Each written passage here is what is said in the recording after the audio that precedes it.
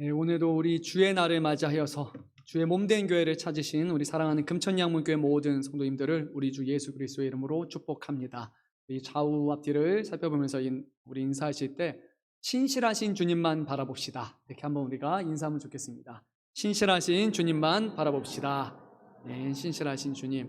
네, 오늘 우리 할렐루야 찬양대 찬양을 듣는 중에 정말 마지막 때 정말 천군 천사 그 하늘에서 하나님께 드려지는 그 찬양의 모습이 떠올랐습니다.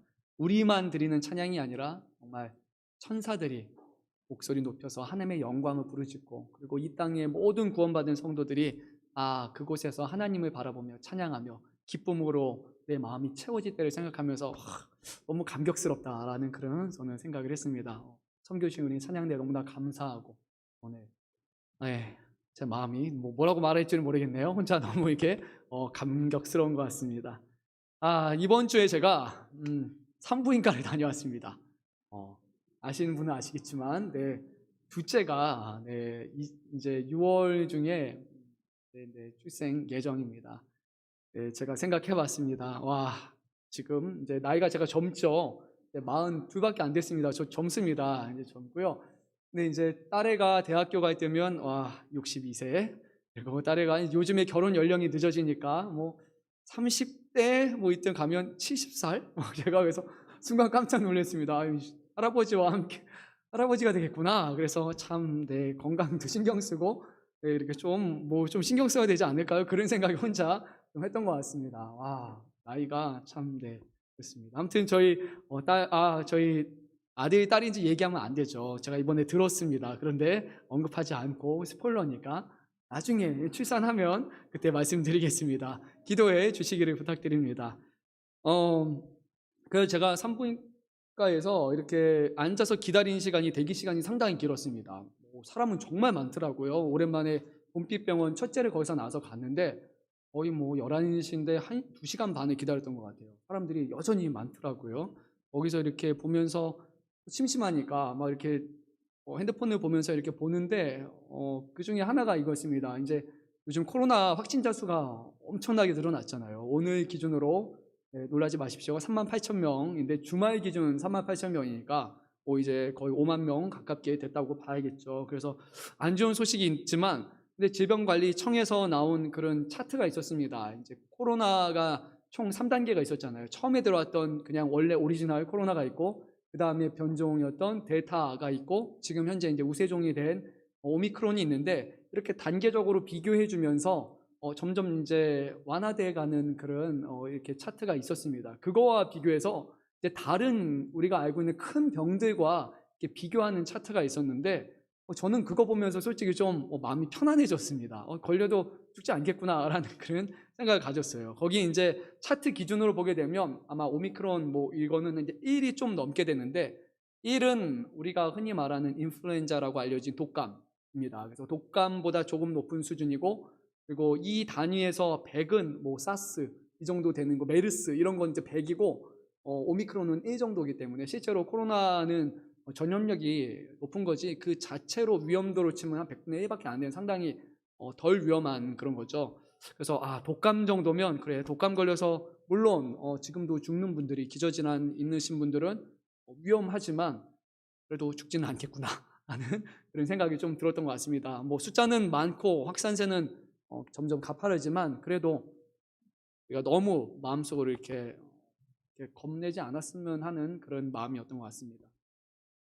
목회자에게 이제 어느 설교가 가장 어렵습니까? 라고 물어보면 이제 모든 설교가 다 어렵지만 가장 어려운 설교, 결국 하나라고 이구동성으로 말합니다. 어떤 설교일 것 같습니까? 어떤 자리에서 하는 설교가 제일 어려울까요? 누구를 대상으로 어느 자리에서? 생각이 잘 안 나시죠? 힌트를 드리면 장례입니다. 장례 자리에서 믿지 않는 분이 돌아가셨을 때 그 가족을 대상으로 하는 설교가 가장 어렵습니다. 믿으시는 분이었다면, 그래서 항상 제일 먼저 확인합니다. 교회 다니셨습니까? 구원 받으셨습니까? 직분 받으셨습니까? 그러면 마음이 편안해집니다. 그래도 돌아가셨지만 소천하셔서 하늘나라로 가셨구나. 하지만 교회 다니셨습니까? 아니요. 그건 거기서부터 마음이 이제 무거워지기 시작합니다. 어떻게 가신 분은 가신 분이지만 또 무엇을 어떻게 전해야 될까? 어떤 위로를 해야 될까? 참 마음이 힘들죠. 가서 뭐 제가 부활의 소망을 가지십시오. 우리는 구원받았으니까 믿음을 붙잡고 가십시오라고 말을 한다고 해서 정말 위로가 될까? 솔직히 뭐 어느 정도 위로는 되겠지만 큰 위로는 되지 않지 않을까 저는 생각해 봅니다. 정말 큰 위로는 돌아가신 부모님이 다시 살아온다면 그러면 위로가 되겠죠. 그런데 정말 위로의 말을 전합니다. 삼가 고인의 명복을 빕니다. 참 이런 말을 전한다고 해서 잠깐 위로가 되겠지만 정말로 위로가 되지는 않겠죠. 오늘 말씀도 바로 그런 상황입니다. 이 마르다와 마리아와 나사로라는 이 세 가족이 너무나 행복하게 잘 살고 있던 중에 어느 날 사랑하는 오빠인 걸로 우리가 알 수 있는데 그 나사로가 죽게 됩니다.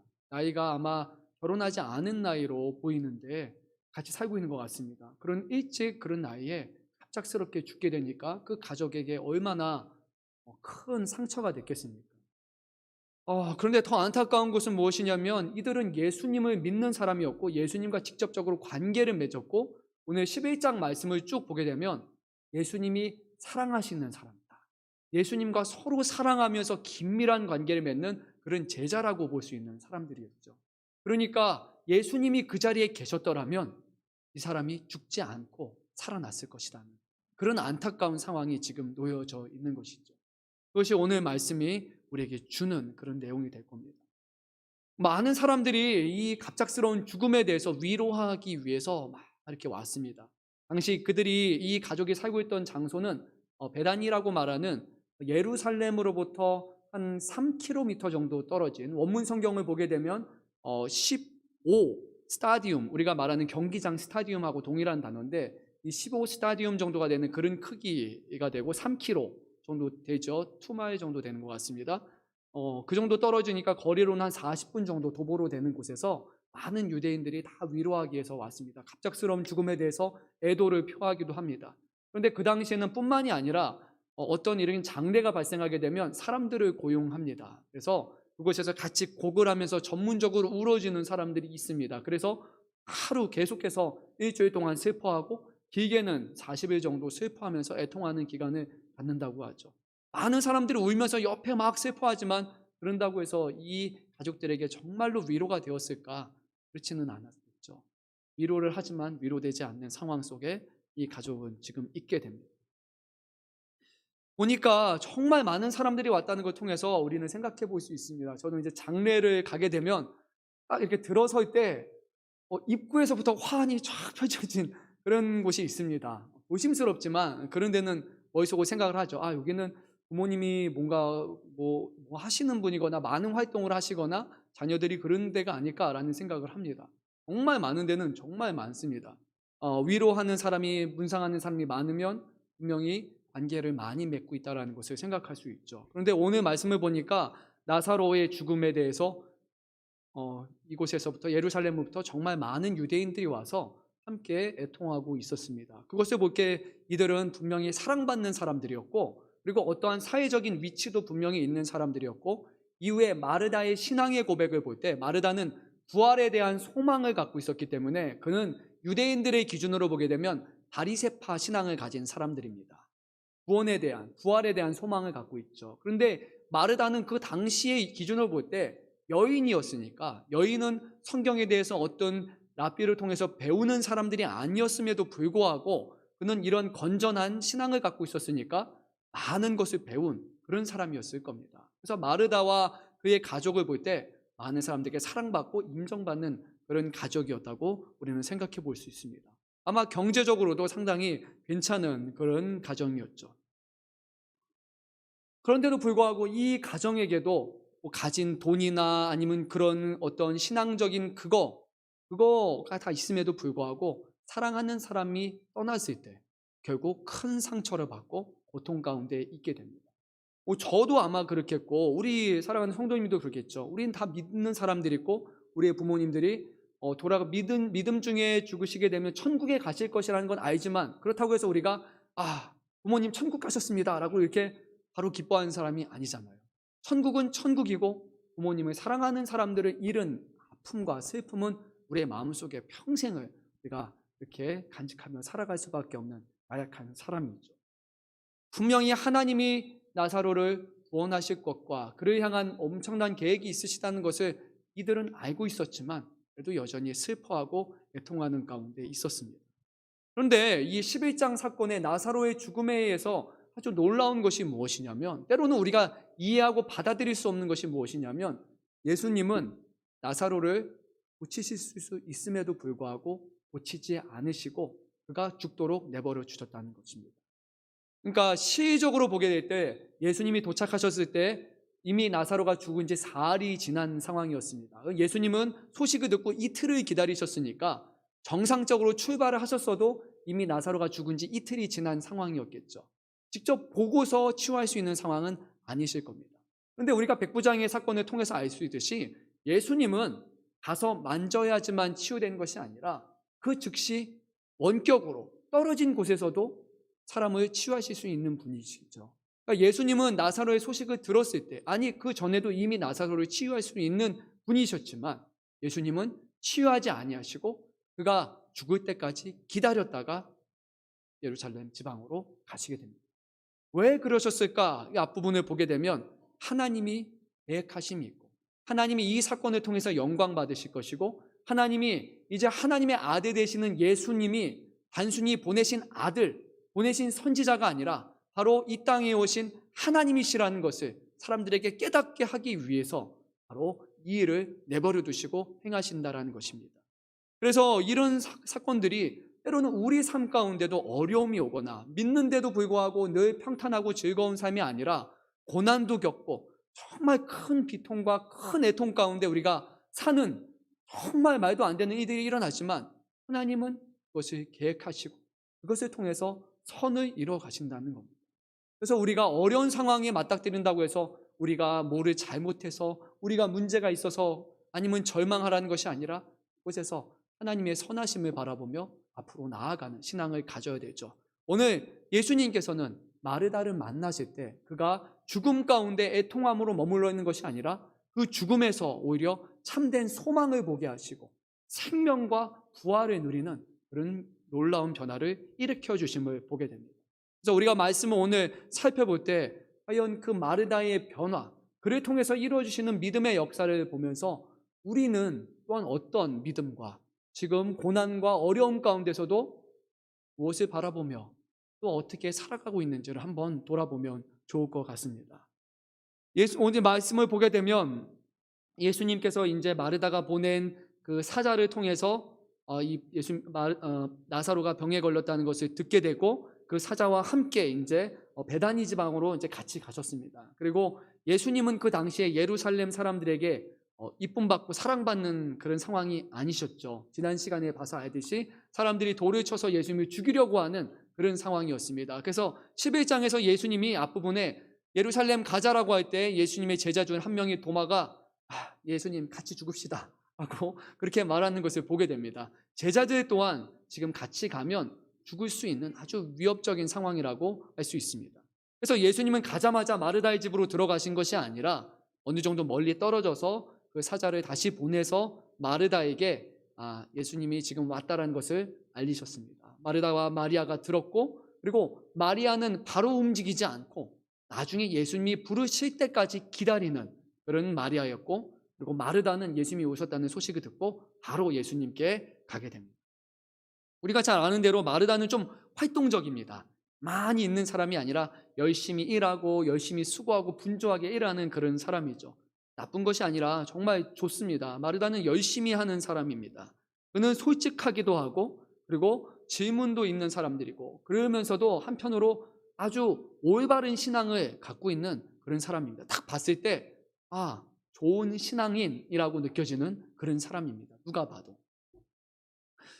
오늘 말씀에서 그것이 드러나는데 마르다가 예수님을 만나는 순간 자신의 그 마음을 예수님께 표현을 합니다. 21절에서 이렇게 말하죠. 주께서 여기 계셨더라면 내 오라버니가 죽지 아니하였겠나이다 라고 그가 고백을 합니다.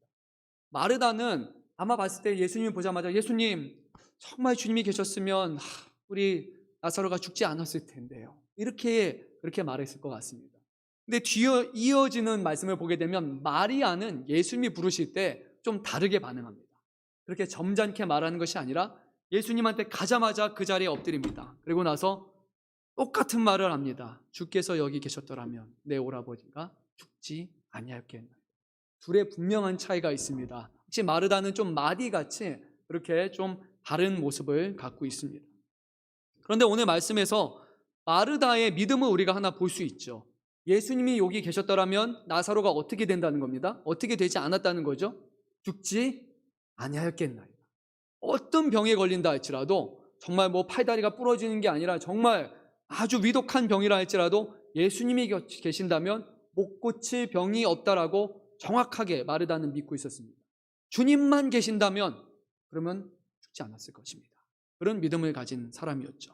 마르다는 그동안 자신의 경험을 통해서 예수님이 행하신 일들을 봤습니다. 그래서 예수님이 이 정도는 하실 수 있을 거야, 예수님이 이 정도는 하실 수 있는 분이야라는 것을 아주 잘 믿고 있었습니다. 지식적으로만 아는 것이 아니라 그는 경험을 통해서 예수님을 정말 올바르게 믿고 있었습니다. 그래서 나사로가 위급한 상황이었을 때 지체하지 않고 마르다는 사람을 보낸 것입니다. 예수님이 빨리 오셔서 고치시면 나을 수 있으니까 정말 그것을 믿어서 사람을 보냈던 것이죠. 어떤 병이라 할지라도 괜찮은 것이었죠. 그런데 안타까운 사실은 예수님이 오셨을 때 나사로가 이미 죽었다는 겁니다.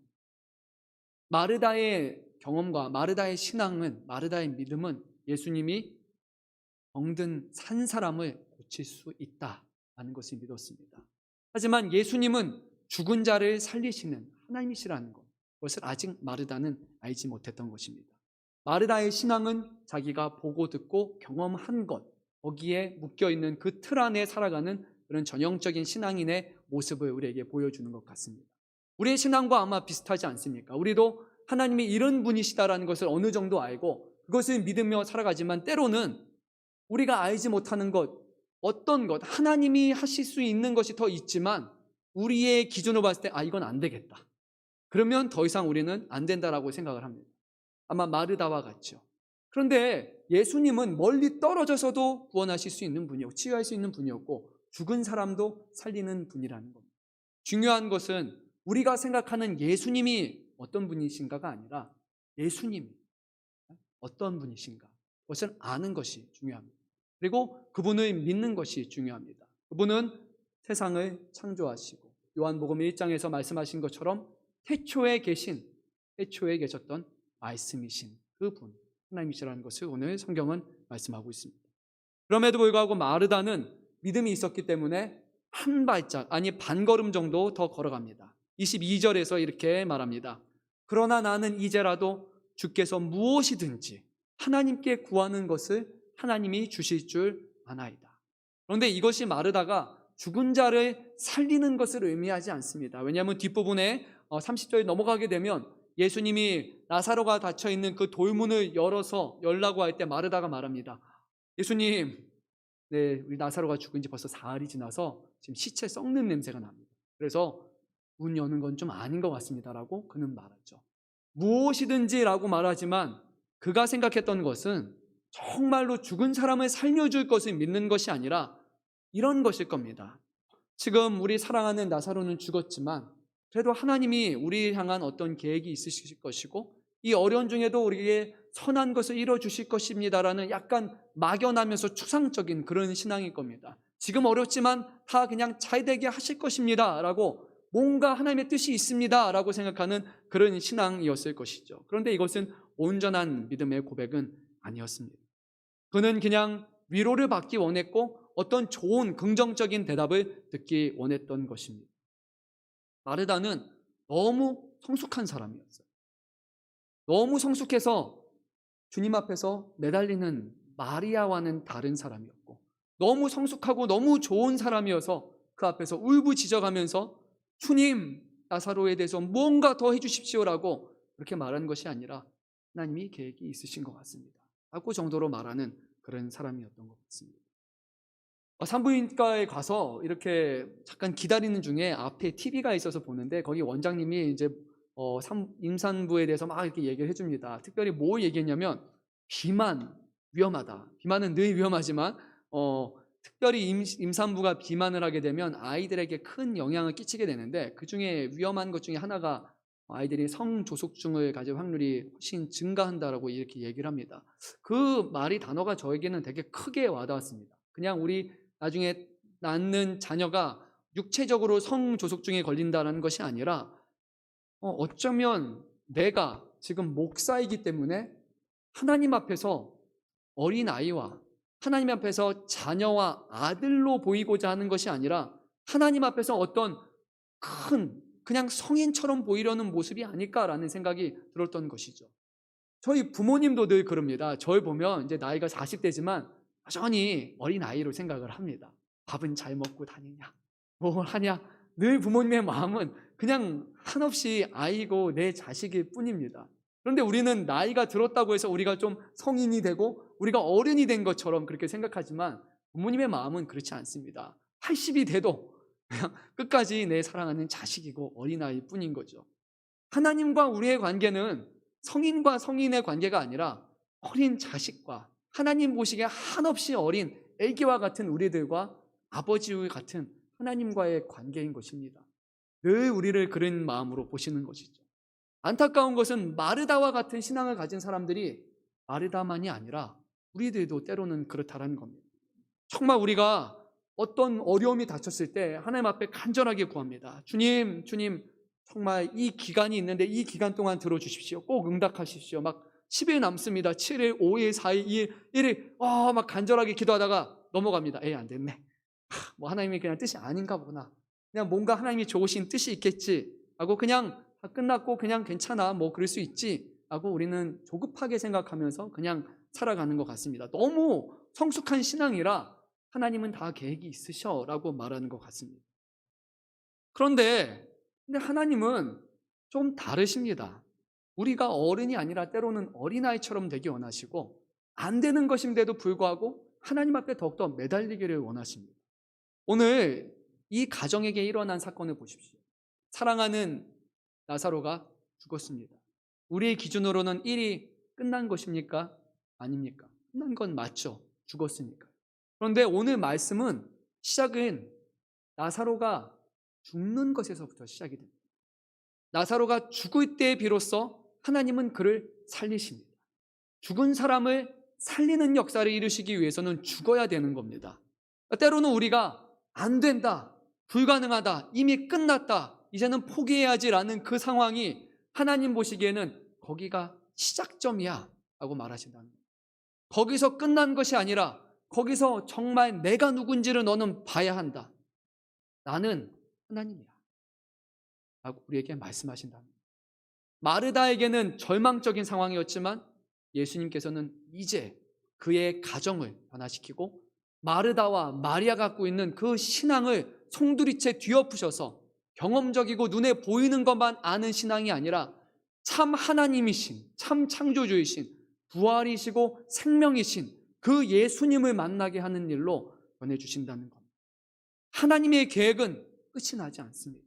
지금 저와 여러분을 향한 하나님의 계획은 지금도 진행 중입니다. 우리가 깊은 절망에 빠진다면 주님은 거기서 시작해서 우리를 끌어내셔서 하나님을 영화롭게 하는 것에 하나님의 살아계심을 증거하고 보이는 것으로 이끌어 줄 것입니다. 정말 끝은 언제냐면 하나님이 끝이라고 할 때가 끝인 겁니다. 우리가 끝이라고 한 것은 끝이 아니고 시작점일 수도 있다는 겁니다. 우리가 원하는 대로 되지 않는다고 해서 실망하고 포기하지 마십시오. 지금 거기서부터 중요한 것입니다. 하나님을 믿는 그리고 변화된 신앙으로 삶으로 주님은 인도하시기를 원하기 때문입니다. 우리 사랑하는 청년들은 요즘에 취업이 어렵지 않습니까? 그리고 직장에 들어가서도 참 어렵지 않습니까? 그 이후에 결혼 여러 가지 생각하면 좀 막막하고 이제는 지금 나이 때는 우리가 집을 갖는다라는 것 자체가 정말 그냥 불가능한 현실이기 때문에 너무 낙심이 될 것이 많지만 거기서 다 끝났다고 생각하지 마십시오. 우리가 보이는 것이 다라고 절대 생각해서는 안 됩니다. 그 곳에서부터 하나님은 완전한 놀라운 변화를 이루어주실 것이기 때문입니다. 우리 삶의 모든 문제들 다 주님 앞에 주님이 원하시는 것이 무엇인가를 보시기 바랍니다. 하나님이 나사로를 살리는 것을 원하셨기 때문에 나사로는 살아난 것입니다. 그가 죽는 것은 문제가 되지 않습니다. 중요한 것은 하나님이 기뻐하시는 것, 하나님이 원하시는가입니다. 그러면 아무리 불가능한 것도 됩니다. 그런데 하나님이 원하시는 것이 아니라면 그것은 되지 않습니다. 우리가 아무리 간절히 원하고 우리가 갈급한다 할지라도 하나님이 아니라면 그것은 아니고 끊임없이 계속해서 시도해도 절대로 안 되게 하실 것입니다. 그것은 하나님이 계획이고 하나님의 뜻이기 때문입니다. 하나님이 기뻐하시는 것이라면, 하나님이 영화롭게 하시는 거라면 그러면 그 길을 끝까지 걸어가십시오. 주님이 거기서 도우 힘을 주시고 그리고 변화를 일으켜 주실 것입니다. 오늘 마르다가 이렇게 고백합니다. 나는 이제라도 주께서 무엇이든지 하나님께 구하시는 것을 하나님이 주실 줄 아나이다. 그런데 예수님이 뭐라고 말씀하시냐면 이렇게 말합니다. 내 오라비가 다시 살아나리라. 예수님은 그래 너가 그냥 위로받기 원하느냐 그냥 조금 아니야. 죽은 사람이 살아날 것. 그것이 하나님의 뜻이다 라고 말씀하십니다. 예수님의 말씀은 죽은 나사로가 얼마 후에 정말로 살아나는 것을 의미하는 것이었습니다. 모든 사람이 다 죽었고 끝났다고 생각했지만 그런데 아니었습니다. 그런데 마르다는 여전히 현실의 벽에 사로잡혔습니다. 그래서 이렇게 고백을 합니다. 아주 좋은 신앙을 고백하죠. 마지막 날 부활 때에는 다시 살아날 줄을 내가 압니다. 주님 압니다. 우리 나사로는 믿음 가운데서 죽었기 때문에 비록 지금 어렵고 지금 죽어서 함께하고 있지는 않지만 다시 부활할 것입니다. 그거 압니다. 네, 저도 압니다. 하고 그렇게 고백을 합니다. 마지막 때가 되면 다 하나님이 보시기에 다 좋은 길로 인도하셨습니다라고 그렇게 말하죠. 그런데 문제는 마르다는 소망은 있었습니다. 부활에 대한 소망은 있었고 미래를 향한 그 믿음은 있었지만 지금 현실에 대한 믿음이 없었습니다. 현실을 바로 뛰어넘어서 부활로 갔습니다. 주님은 현실을 포기한 미래만을 보기를 원하지 않습니다. 지금 현실을 살아가기를 원하십니다. 현실에서 주님을 만나고 이곳에서 벽을 깨는 그런 삶으로 인도하시기를 원하신다는 겁니다. 물론 우리의 신앙은 미래지향적인 것이 많습니다. 현재를 넘어서서 우리가 종말 때를 바라보며 부활의 산소망을 가지고 천국에서 주님과 함께 기뻐하며 살아가는 것 맞습니다. 그래서 우리는 천국에 대한 소망을 두어야 됩니다. 그런데 천국에만 소망을 두어서는 안 됩니다. 우리는 이 땅에서도 하나님이 우리의 삶을 통해서 이루실 것에 대한 소망을 가지고 현실을 살아가야 됩니다. 예수님의 제자들의 삶을 한번 보십시오. 아, 예수님이 우리에게 함께 하셨으니까 우리는 가만히 있으면 되겠구나라고 생각했을까요? 그렇지 않았습니다. 그들은 함께 모여서 기도하였고 예수님이 말씀하신 것처럼 너희가 세상 끝까지 가서 복음을 전하라. 내 증인되라라는 그 말씀을 붙들고 현실의 저항 가운데 높고 높은 벽을 몸으로 부딪혀가면서 그곳에서 복음을 전하는 삶을 살았습니다. 심지어 자신의 생명이 순교당하기까지 그들은 현실을 이뤄내기 위해서 현실 가운데 하나님의 뜻이 나타나게 하기 위해서 그들은 현실을 살아냈다는 겁니다. 핍박까지도 감당했습니다. 때로는 우리가 잘못된 신앙을 갖고 있습니다. 아, 하나님이 다 알아서 하실 거야. 하나님께 다 맡기면 돼. 물론 맡기는 것이 맞죠. 그 결과를 맡기는 겁니다. 그런데 그것이 하나님한테 맡기면 된다는 게 아무것도 하지 않는다는 것을 의미하지 않습니다. 그냥 나는 있으면서 하나님이 알아서 좋은 길로 인도하실 거야. 하나님이 우리의 자녀들 기도하면 다 되게 하실 거야. 하나님이 알아서 다 하실 거야. 그거는 믿음이 아닙니다. 그거는 불신앙입니다. 정말 믿음은 지금 주신 말씀을 붙들고 우리에게 현실의 삶을 살아가는 것이 믿음입니다. 제자들이 그렇게 살았던 것처럼 우리도 주님의 제자로서 현실의 어려움 가운데서도 하나님이 기뻐하시는 것, 하나님이 원하시는 것이기에 포기하지 않고 거기를 계속해서 지속해서 걸어가는 것이 참 신앙의 모습이라는 겁니다. 오늘 우리의 피워보지 않습니까? 말씀과 믿음으로 끝까지 인내하면서 그 길을 걸어가는 겁니다. 주님께 맡깁니다라고 하고 아무것도 하지 않는 것은 믿음이 큰 사람이 아니라 믿음이 없는 사람입니다. 그것은 불신앙의 전형적인 모습입니다. 믿음은 하나님의 인도하심을 믿고 현실에서 최선을 다해서 살아내는 것입니다. 구원은 미래에 완성되지만 구원은 이 땅에서부터 시작된다는 것을 기억하고 구원은 과정 없는 구원이 아니라 결과는 마지막 때에 있지만 현실에서 끊임없이 구원을 향해 가는 겁니다. 이렇게 가는 것이 아닙니다. 구원을 이뤄내는 것입니다. 현실 도피적인 신앙, 하나님께 다 맡긴다라는 그런 말로서 믿음 있는 척 행동하는 것 하지 마시고 믿음 있는 사람처럼 현실을 살아가십시오. 현실을 마주하십시오. 그 가운데 우리를 붙드시는 주님을 만날 수 있기를 간절히 소망합니다. 오늘 마르다는 막연하고 추상된 그런 신앙을 가지고 있었습니다. 물론 그는 건전한 신앙이기도 했지만 막연했습니다. 하나님이 알아서 하실 것입니다 라고 생각했습니다. 예수님은 그가 틀 안에서 나오기를 원하셨습니다. 마르다의 말을 오늘 말씀을 통해서 보게 되면 반복되는 표현이 있습니다. 아나이다, 아나이다. I know, I know. 저도 압니다. 22절과 24절에서 말합니다. 알아요, 알아요. 저도 압니다. 알아요. 잘 압니다. 근데 주님 보시기에는 몰랐습니다. 알았다고 말했지만 정말 아는 것이 아니었습니다. 그리고 예수님은 그냥 압니다 라는 것으로 머물러 있기를 원하지 않으셨습니다. 26절에서 이렇게 말씀하시죠. 믿음을 요구하셨습니다. 이것을 내가 믿느냐 라고 말씀합니다. 알지 못합니다. 그런데 믿으라라고 말씀하십니다. 믿음은 우리의 생각, 우리가 아는 것을 내려놓는 것입니다. 우리의 경험, 우리의 지혜를 내어놓는 것이고, 우리가 눈앞에 믿고 있는 그 예수님이 하나님의 아들이심이라면 믿다면 그분이 우리의 모든 생각과 모든 바운드를 뛰어넘어서 행하실 수 있다는 것을 믿는 것입니다. 예수님을 믿는다면 예수님의 말씀을 믿어야 되는 것이죠. 근데 어떤 분들은 예수님을 믿는다고 말은 하는데 예수님의 말씀은 믿지 않습니다. 예수님의 말씀은 듣지 않아요. 그거는 믿음이 없는 겁니다. 불신앙입니다. 신앙은 예수님을 믿고 예수님이 하시는 말씀이 모두 이루어질 것을 믿는 겁니다. 그것이 진짜 믿음입니다. 마르다는 안다 믿는다고 생각했지만 그는 아직 온전히 믿지는 못했던 것입니다. 예수님은 그에게 믿으라 라고 말씀하셨습니다. 예수님은 25절에서 이렇게 말씀하셨습니다. 나는 부활이요 생명이니 나를 믿는 자는 죽어도 살겠고 무릇 살아서 나를 믿는 자는 영원히 죽지 아니하리라 라고 말씀하셨습니다. 마르다의 신앙 고백은 이것이었습니다. 나사로가 다시 살아날 것입니다. 뭐죠? 부활입니다. 그런데 마르다가 놓치고 있었던 것 생명입니다. 예수님은 부활만 이루시는 분이 아니라 예수님을 믿는 사람이라면 지금 죽어도 죽지 않고 영원히 사는 것입니다. 살아서 믿는 사람은 영원히 사는 것입니다.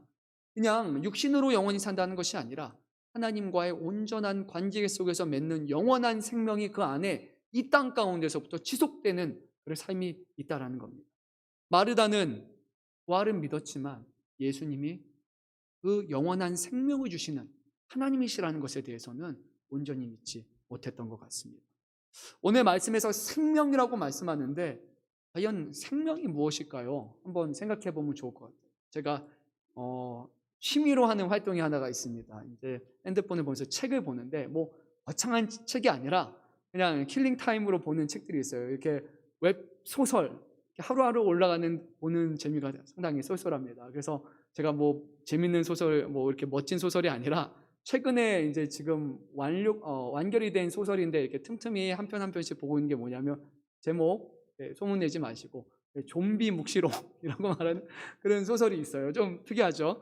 요즘에 한국판 좀비가 아주 막 대세라고 하잖아요. 사람들이 외국 좀비와는 좀 다르다. 그래서 인기가 많잖아요. 넷플릭스 영화도 많이 나오죠.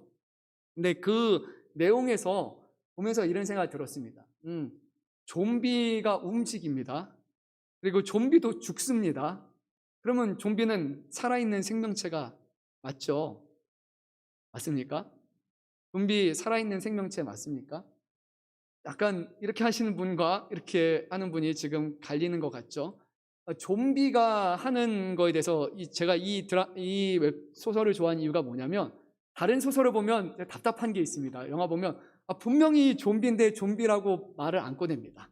그런 거 보신 적 있지 않습니까? 누가 봐도 막 이렇게 행동하는데 좀비라는 단어가 안 나와요. 저게 뭐지? 이상한 괴물체인가? 누가 봐도 좀비인데. 근데 이 소설은 좋은 게 정말 좀비라고 얘기를 합니다. 근데 어떤 좀비가 패턴을 이제 물론 이제 소설이니까 진짜는 아니지만 여기서 하나의 패턴이 보여지는데 이게 이제 병균체들이 갖고 있는 그런 패턴이라고 합니다. 어떤 시계 방향으로 이렇게 군집 형태를 이루면서 계속 움직이고 무리를 이루면서 도는 그런 성향이 원래 그런 전염체나 병균체에 있다고 합니다. 그런데 이 책에서 재미있게 이 좀비가 무리를 이루면서 계속 돕니다. 거기서는 100명, 1000명, 10,000명, 10만 명, 100만 명 단위로 해서 70C라고 하는 7자리 단위로 해서 좀비들이 엄청나게 큰 무리를 이루면서 주기적으로 이렇게 여리고성을 돌듯이 계속해서 그쪽으로 100만 명 정도 이렇게 계속 도는 겁니다. 이렇게. 분명히 우리가 보기에는 살아있어요. 움직이고 그리고 돌고 있습니다.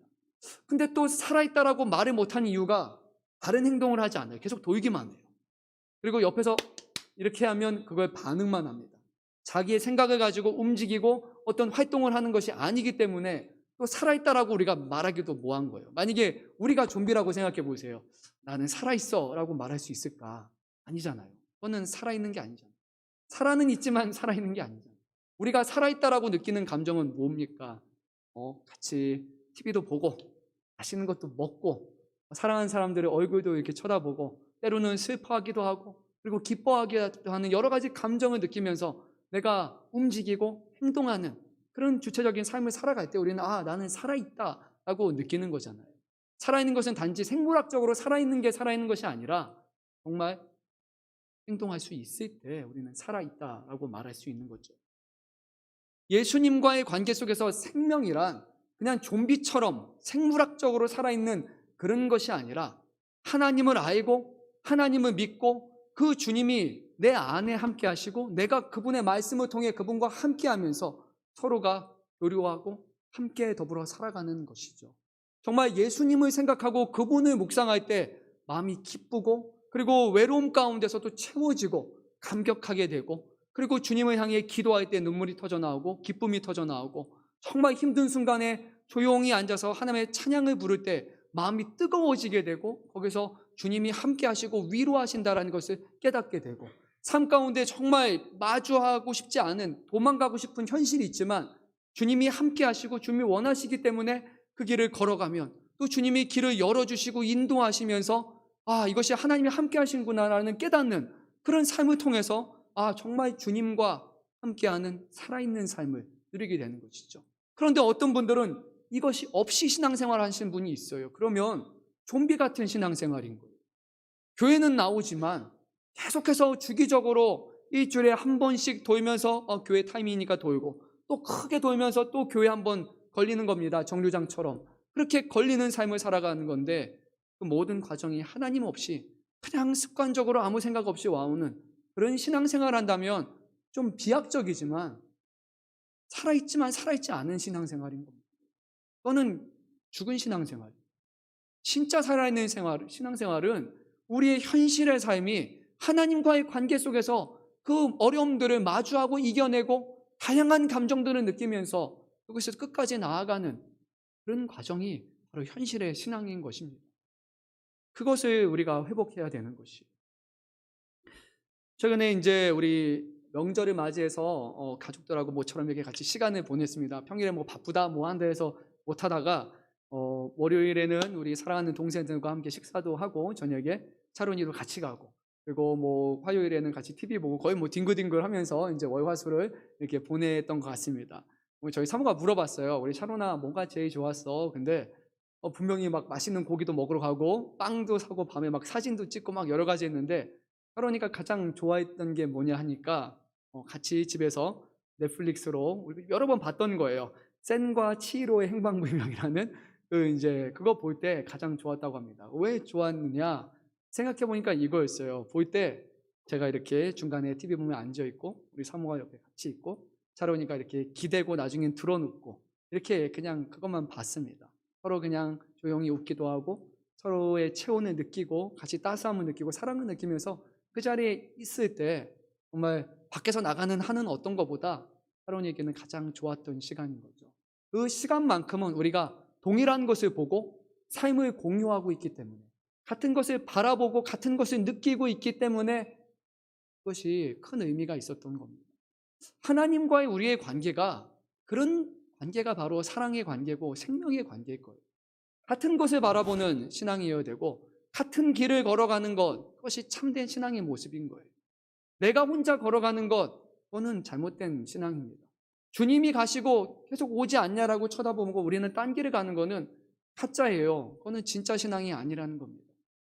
정말 우리가 마르다의 모습을 통해서 주님은 우리에게 살아있는 신앙, 그것을 회복하기를 원하십니다. 막연한 믿음이 아니라 실제적이고 구체적이고 예수님과의 인격적인 관계를 통해서 같이 걸어가는 그런 믿음을 가지라는 겁니다. 부활만 믿고 우리가 천국 갈 것이라는 막연한 소망만을 가지고 살아가는 사람이 아니라 생명이 있어야 된다고 말씀하시며 지금 내가 너희의 생명이라고 주님은 말씀하십니다. 주님이 여러분 안에 살아 함께 움직이십니다. 여러분의 생명의 원천이 우리 주 예수 그리스도이십니까? 아니면 내 생명에 예수님이 기생하는 것처럼 지금 잠시 이렇게 계십니까? 아니면 내 안에 예수가 살아 계십니까? 정말 하나님을 믿는 사람이라면 내가 사는 것이 아니라 내 안에 그리스도가 살아가시고 그분의 말씀이 내 삶 가운데 이루어지시고 그분을 인정하고 그분을 동행하며 살아가는 것이 참된 신앙의 모습인 겁니다. 그렇지 않다면 우리 기도해야 돼요. 하나님, 생명을 달라고요. 부활만을 가진 사람이 아니라 생명을 달라고요. 지금 구원을 믿으며 지금 내 안에 찾아와 주시고 지금 나와 관계 맺어 주시고 그런 좀비 같은 신앙이 아니라 주님과 동행하며 살아가는 참된 기쁨과 그런 신앙생활을 하며 할 수 있도록 지금 만나 주십시오라면서 어린아이에게 떼쓰듯 주 앞에 기도해야 될 때예요. 마리아처럼 그냥 압니다라는 신앙이 아니라 마리아처럼 그 앞에 붙잡고 엎어지면서 그리고 그가 그렇게 말할 때 예수님이 어떠하셨습니까? 예수님이 비통해 하셨다고 말씀하시고 성경에서 가장 짧은 본문이죠. 예수님이 우셨다. Jesus wept 라고 성경은 말합니다. 예수님이 우셨다라는 거예요. 그 죽음과 그 죽음의 결과인 노예들을 가정이 무너지는 것과 사람의 마음과 신앙을 깨버리는 그 현실을 보면서 주님도 마음 아파하시며 주님도 함께 우셨다라는 것이 우리가 주님 앞에 어린아이처럼 목말라고 매달라 하지 않고 주님 앞에 생명을 달라고 간구하지 않으면서 다 알아요. 주님이 이뤄주실 거 알아요. 이런 신앙생활 한다면 아닌 겁니다. 그거는 가짜예요. 그거는 죽은 신앙이에요. 주님은 내가 부활이고 생명이다 라고 말씀하셨습니다. 이제야 비로소 마르다는 조금 움직이기 시작했습니다. 그가 이렇게 고백합니다. 주는 그리스도시요 세상에 오시는 하나님의 아들이신 줄 내가 믿나이다 라고 이제 말합니다. 압니다가 아니라 이제는 믿습니다 라고 그가 고백을 합니다.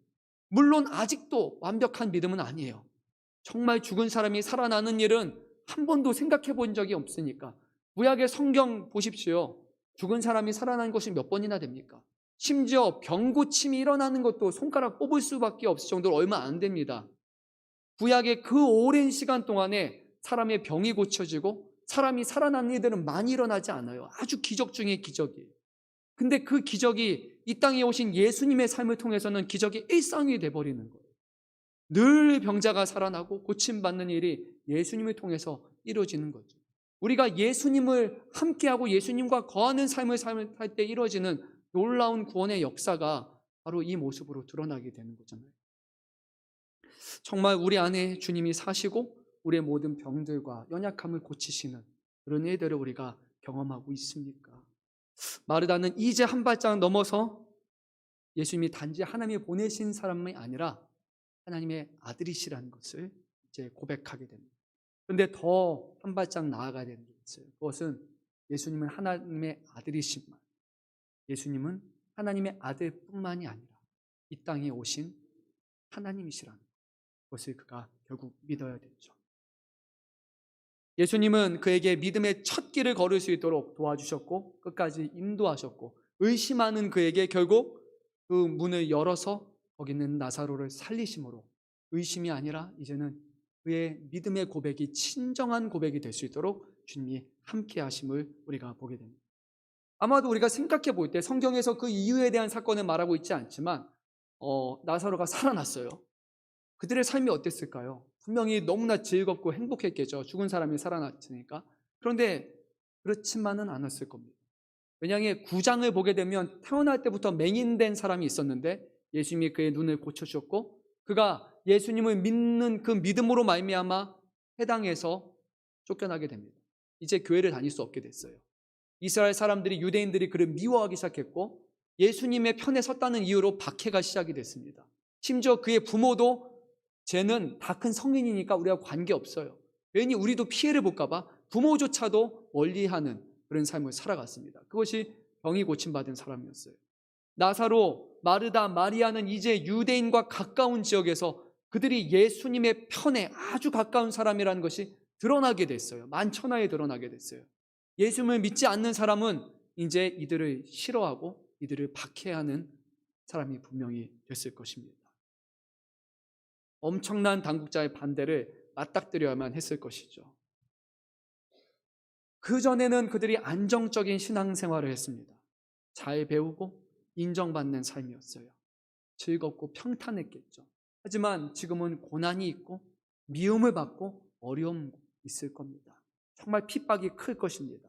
그런데 핍박이 큰 만큼 그들의 신앙은 살아있는 신앙이 돼요. 이제는 이 땅에 오신 예수님을 정말로 믿고 그분을 신뢰하는 진정한 살아있는 신앙으로 변화됐다. 박해와 고난은 더 이상 두려운 것이 아니에요. 그것을 이기는 능력이 주님께서 주셨기 때문이에요. 영원한 생명을 가진 사람이라면 두려워하지 않고 나아갈 수 있습니다. 왜 우리가 두려워합니까? 우리 안에 생명이 있음을 모르기 때문입니다. 그냥 한 번 죽으면 끝나는 생명이라고 여기기 때문일 겁니다. 그런데 우리가 영원한 생명이 있다고 생각해 보십시오. 만약에 우리가 게임을 한다면 한 번 죽어서 끝나는 것이 아니라 죽어도 또 살아나고 또 살아나고 무한으로 다시 살아날 수 있다는 그런 생각을 한다면 죽음 두려워하시겠습니까? 별거 아니잖아요. 정말 주님이 우리 안에 계신다라는 삶이 정말로 영원한 생명이라는 것을 믿으신다면 그러면 두려워하지 않을 겁니다. 한 번 죽으면 끝나는 생명이라고 생각하기 때문에 우리가 육신에 매여서 두려워하며 의심하며 움츠리며 살아가는 것이 아닙니다. 주님은 우리에게 주신 생명이 아니라고 하죠. 그리고 죽어도 다시 살아나는 그런 부활이라고 말씀하셨습니다. 오늘 예수님이 저에게 물으시고 여러분에게 물으십니다. 너희가 이것을 믿느냐? 오늘 주의 말씀 앞에, 주의 질문 앞에 내가 이제 믿나이다라고 고백할 수 있는 저와 여러분 되시기를 간절히 소망합니다. 주님께서 우리의 삶을 통해서 영광을 받으시고 선한 일들을 일어나가게 하시고 현실을 마주하고 현실에서 주님을 찬양하는 그런 진정한 믿음의 삶으로 살아가도록 주님이 이끄시기를 간절히 소망합니다. 기도드립니다. 사랑의 하나님, 오늘 우리에게 이 아침에 주신